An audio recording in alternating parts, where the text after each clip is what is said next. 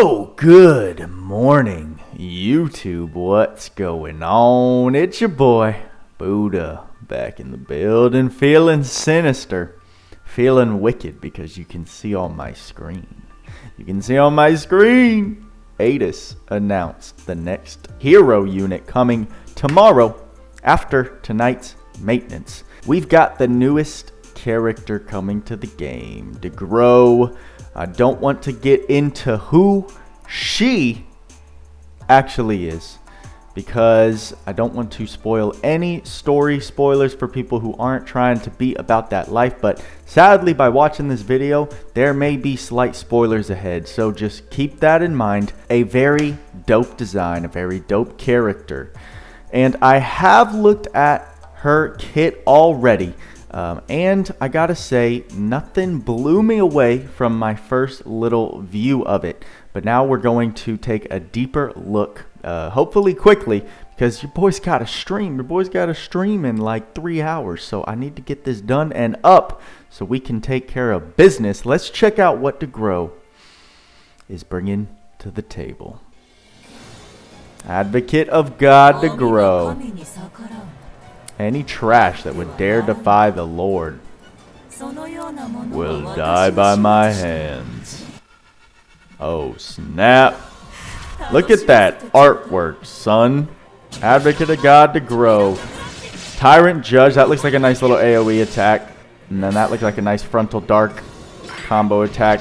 We saw this attack used against us in my story spoiler stream, because we are at the part in the story where we are fighting this character. Now, time for the good stuff. Time for the juicy traits at max level. Demonification. Dark damage cap plus 3,000 right off the bat. Already sounding good. Once per wave, when near death, inflict dark resistance minus 20, debuff on all enemies, and apply max HP plus 100%, dark damage plus 50%, and dark damage cap plus 3,000 buffs. So she's going to double her damage cap when she hits this certain threshold. I imagine if you get to her near death state, whatever percentage of health that is, and she recovers, all of these buffs are still going to stay in effect for that wave. If that's the case, that's actually going to be a very, very nice ability. Very good for PvP, I think, as well. Then for the next one, we have Parasite. Chance for physical attacks to insta-kills. So she's got a Death God built into her trait. In Arena or against bosses and other no insta-kill enemies. Physical attack damage plus 30%. More likely to faint, and break value plus 100%. I really like what they did there, because in the past, all we see for things that are excluded when it comes to arena or bosses is that there is no extra effect added. If the effect doesn't proc for those specific events, then there's just nothing at all. But here, because it's built into her trait, and it's a pretty important selling piece of any character is how good their trait performs, they give us this alternative effect that still can be very viable for taking on bosses. She gets increased break amount and deal more damage, more likely to faint. That's going to be nice for PvP. So an all-around good rendition to these like exclusive abilities that don't apply to arena or bosses. We get this alternative effect, which I like a lot, and it still sounds really good. What is next? We've got the abilities that we did just see her perform. Her skill 1 is Killstormer, frontal medium area dark combo attack.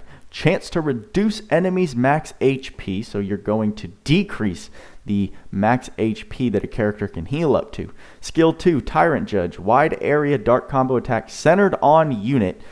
So I imagine that's similar to Gen's, S1 and S3, where it targets a certain enemy and then creates this area of damage around that enemy.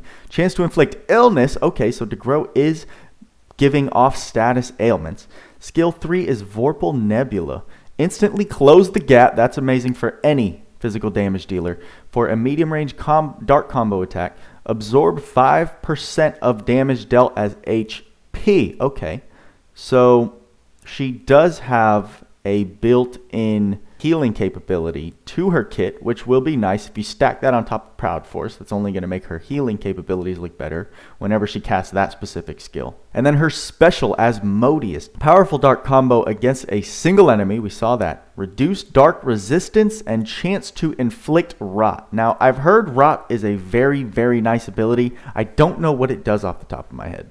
Yeah, I tried to find it on Lake's website, but I'm not looking in the right spot. So maybe one of y'all can tell me what exactly rot does. Is it another status ailment, or does it provide like some level of increased resistance reduction? Just let me know. But she does reduce the dark resistance of whichever enemy she attacks. Obviously, that would have been nicer if it was an AoE ultimate, but can't have our cake and eat it too, I guess. We'll see how viable that is. In PvE content. Let's keep on going. See what else Degrogue offers. Alrighty, the good stuff. This is the meat. This is the main course of any unit IMO.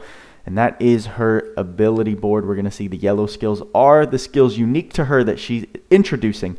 Which the first is Lord's Charisma. Give God-type allies strength, defense, int, mind, plus 15% only when he is alive and does not. So, okay, so she does get a charisma, just like your Rollins, your Balins, your Sekis. Second skill is Legion. Chance for dark magic attacks to deal crit damage. Each wave, chance to take crit hits slowly drops, max minus 50%. And light resist slowly rises, max plus 50%.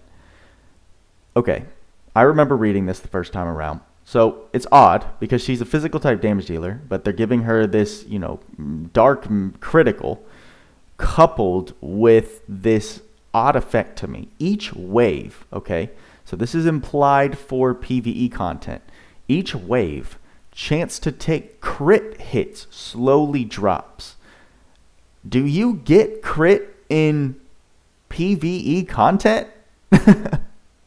I'm like not recalling any time I've seen critical hits inflicted on my characters.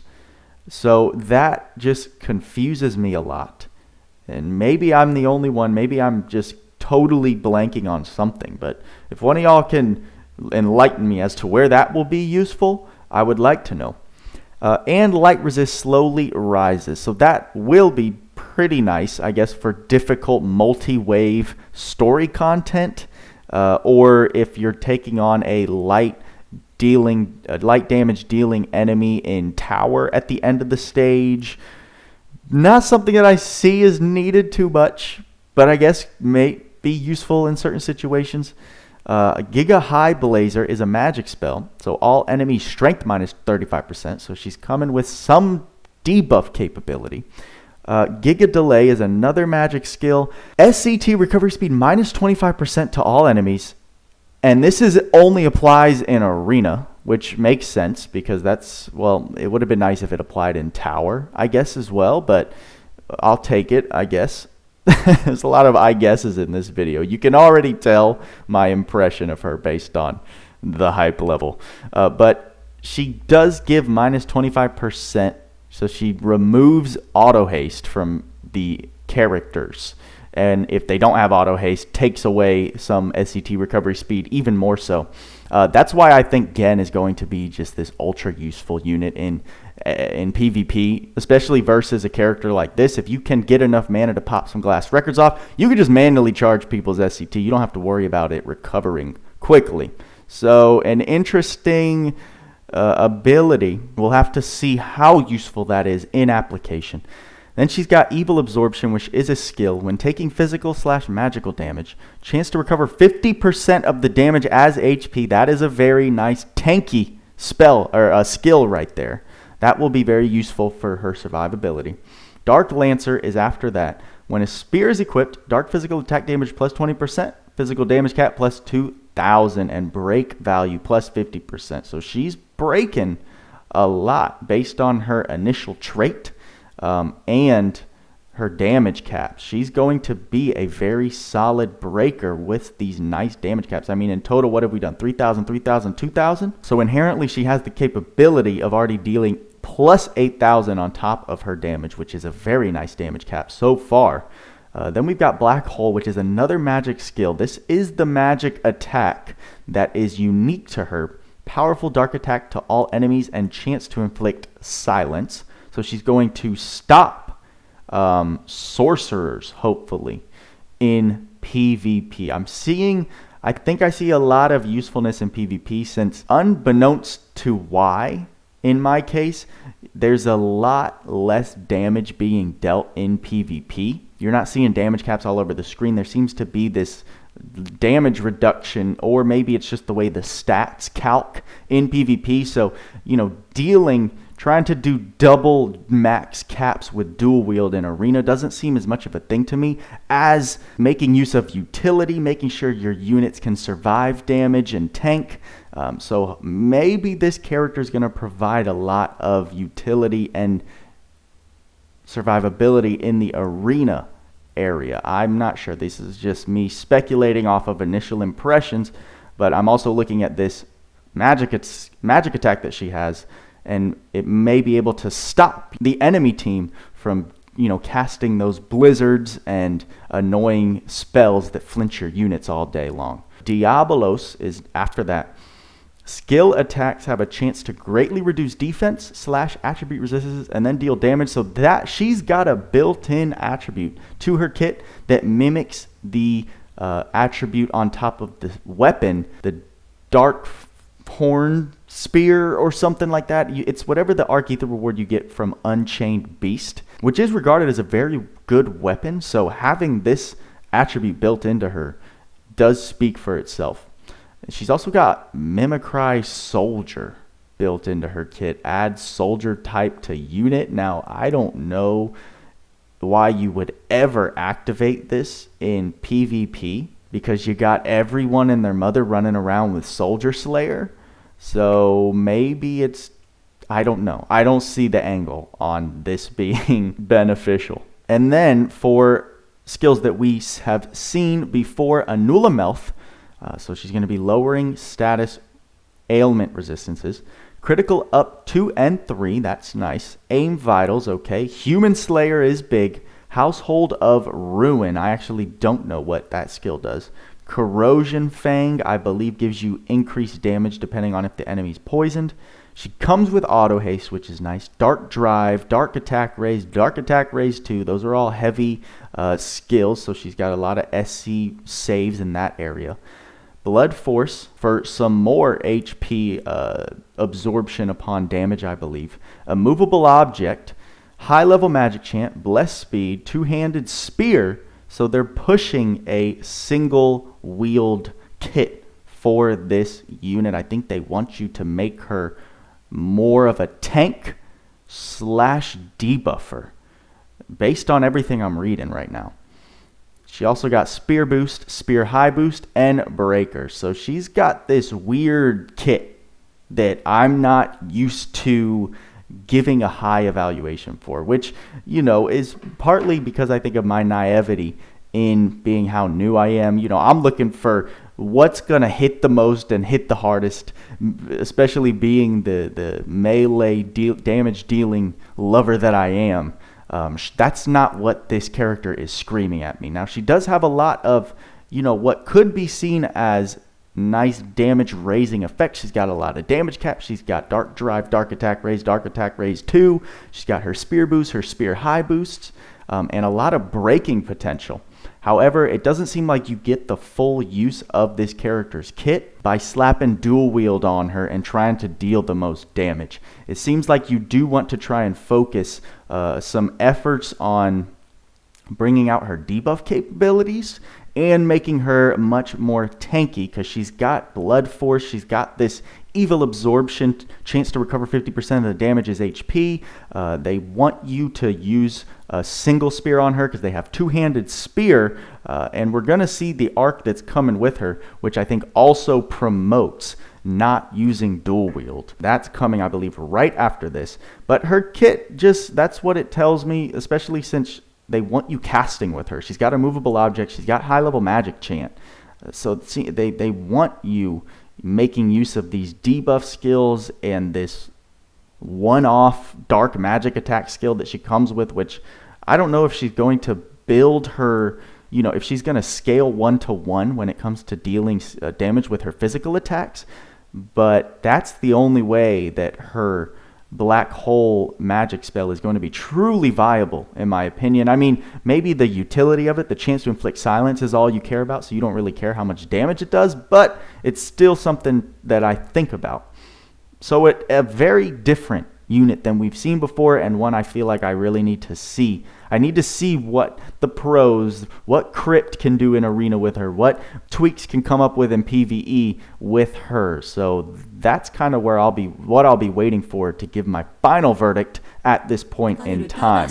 And then here, I gotta say, one of the coolest looking arcs, in my opinion, right up there with Mecha Dragon Veldios. You've got the 4 Lords of Ruin is literally what it's called, and that is the arc that they did an amazing job with. Now, I feel like they did kind of just copy and paste Zuglis's unit art and just stick it in the center of this arc, but I'm fine with it because of everything that's surrounding it. It's a piece that comes together beautifully. So let's get into what it does. Its arc attribute at max level adds God type to the user, okay?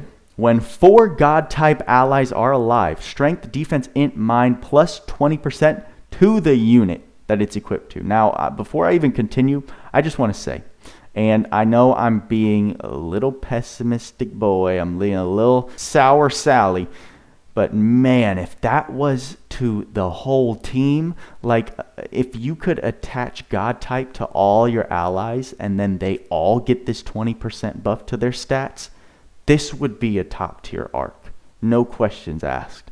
But it is specific to the unit, which is still very nice for the unit it's going on top of. I just thinking about what could have been, which is pointless because it's not. But I just wanted to throw it out there because it was a thought I had. The next piece of this attribute is when armor is equipped. Okay, when armor is equipped, nullify defense piercing effects, chance for physical damage taken minus 50%. So again, another emphasis. If you're trying to put this arc, it's coming along with Degrogue. If you're trying to put it alongside her, that's another emphasis on not using dual wield. Putting an armor piece on her is going to give you chance for physical damage taken minus 50%, increasing that tankiness by a lot. And the last part of the attribute, deal more damage as target's remaining HP decreases max plus 25%. Which is going to go hand in hand with a skill we're about to look at. So the new skills that it comes with that are teachable, we got Lauxius's Protection, which again, spoiler alert, if you didn't know, now you can pretty much put 2 and 2 together. Degrogue is the advocate for the god Lauxius. Then it comes with this skill, which did take some interest for some of the Buddha Gang members, Berserker, physical attack damage plus 30%, but causes continual HP decrease. So this is the skill I was talking about, goes hand in hand with the last part of this attribute. Deal more damage as target's remaining HP decreases. So let's say you get to the max threshold of decreased HP, you're going to be dealing 25% on top of the 30%, so an extra 55% damage, which is considerable. And then if we also think of Degrogue's trait, when she reaches that threshold, she's going to get a ton of buffs built into her as well, extra damage cap, extra damage multipliers on top of that. So they want this character to get hurt, and then she, it's going to be a slow decrease in health because she has all this damage reduction built into her. But as she's getting hurt, she's dealing more damage. And then when you hit this certain threshold, she's dealing a lot more damage. However, this is only a viable strategy if you're not dual wielding. So they're really emphasizing the two-handed spear. I think they're trying to get away from the dual wielding crazy meta. But the thing is, even with damage caps of an extra 2,000 with two-handed spear, if I can get 15,000 damage in total, take away 2,000 damage, but then I can hit double 13,000. So now I'm at 26,000 damage cap. It's not even comparable. There's literally 11,000 damage difference. So I feel like for these two-handed skills to be more relevant and actually compete with dual wield, you need to bump that damage cap up. Maybe take it from 2,000 to 5,000, which I think would be a reasonable buff for these skills, since dual wield is such a just dominating meta right now. It's so hard to compete with. But I gotta say, it seems like they're making an attempt with this character. We'll see what the characters Last Cloudia continues to release. I got off on a whole tangent. The next skill after Berserker is Armor Boost. When armor is equipped, yet again, defense +7 and damage taken from bosses -5%. Those seem like very negligible multipliers. Okay. Then the other three skills, Ardor, which is critical at max HP, magic damage absorption, and attack up 4. So another kind of luxury skill that we previously only seen on U-Arcs. They're putting on an SSR, which I imagine is going into the general pool after it's done being featured on this new banner dropping tomorrow. So an interesting art to say the least. One that you don't bring out its full potential unless you are not dual wielding. And then we get the nice, dope image of the Advocate right here, which will probably be the thumbnail because that artwork does look so good. And of course, we got to check out the in-game news announcement that is coming with the March 25th maintenance notice. Thank you for playing Last Cloudia. Maintenance will take place during the following period, which is technically tomorrow, but tonight at midnight until 2 a.m. PT. So only a scheduled 2-hour maintenance, not too much craziness. Maintenance period will be subject to change, yada, yada, yada. Maintenance details, new units are added. We could see them right there.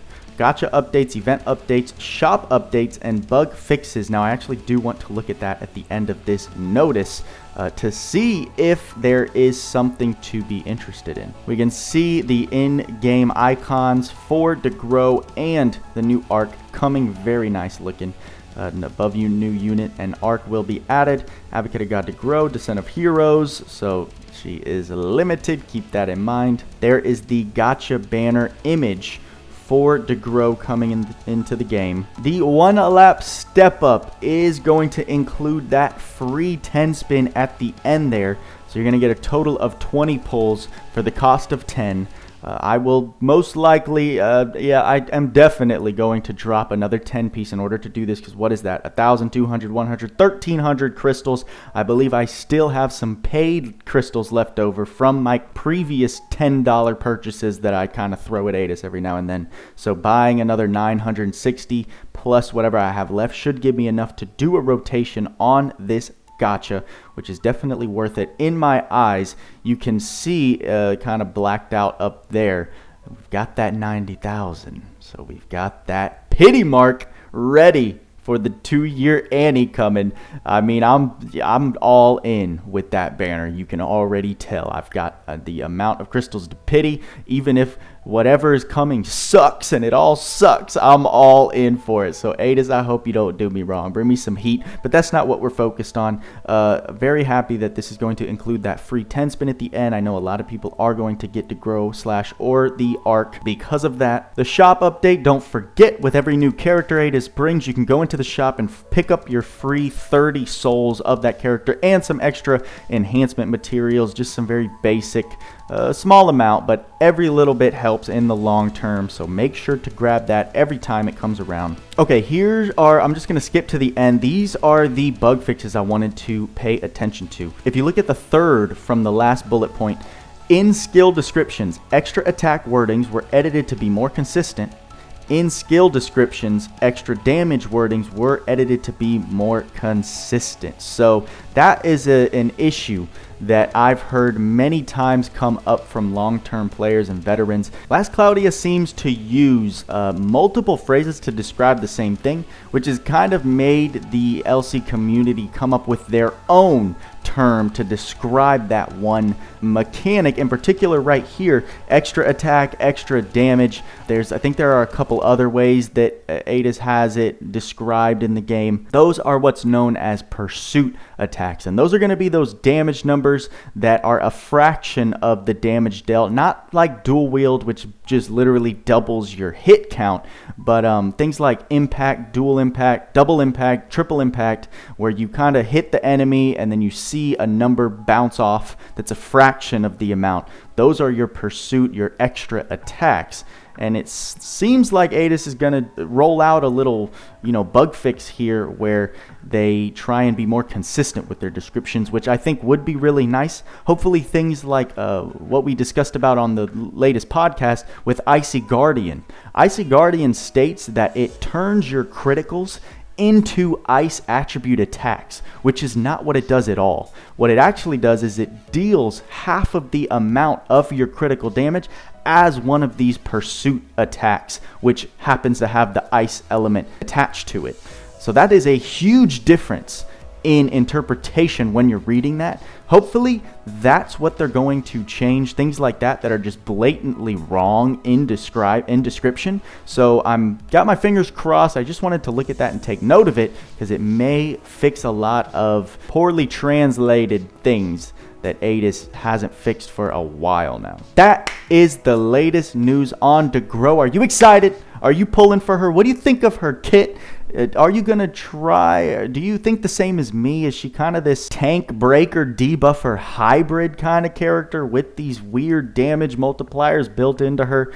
They're obviously pushing for just wielding one spear and equipping armor on top of her. Is that something you can get down with? I just know that the dual wield damage potential exceeds any amount of tankiness that is necessary in almost every aspect of this game. If I can burst down the enemy before it even has a chance to touch me, why do I need to focus any mental efforts on making the character tanky? So that's kind of where my head's at right now. I really want to see, I think there is a strong argument for this character in Arena. However, I'm also thinking about Alice, right? I'm thinking about me and my Alice and hitting her with 2 S1s and boom, she's done, because she's most likely going to be weak to light, as most dark units are. Just a thought, and we'll have to see the application in game, like I always say. So that's all I got for you. I'm going to get to editing and chopping this video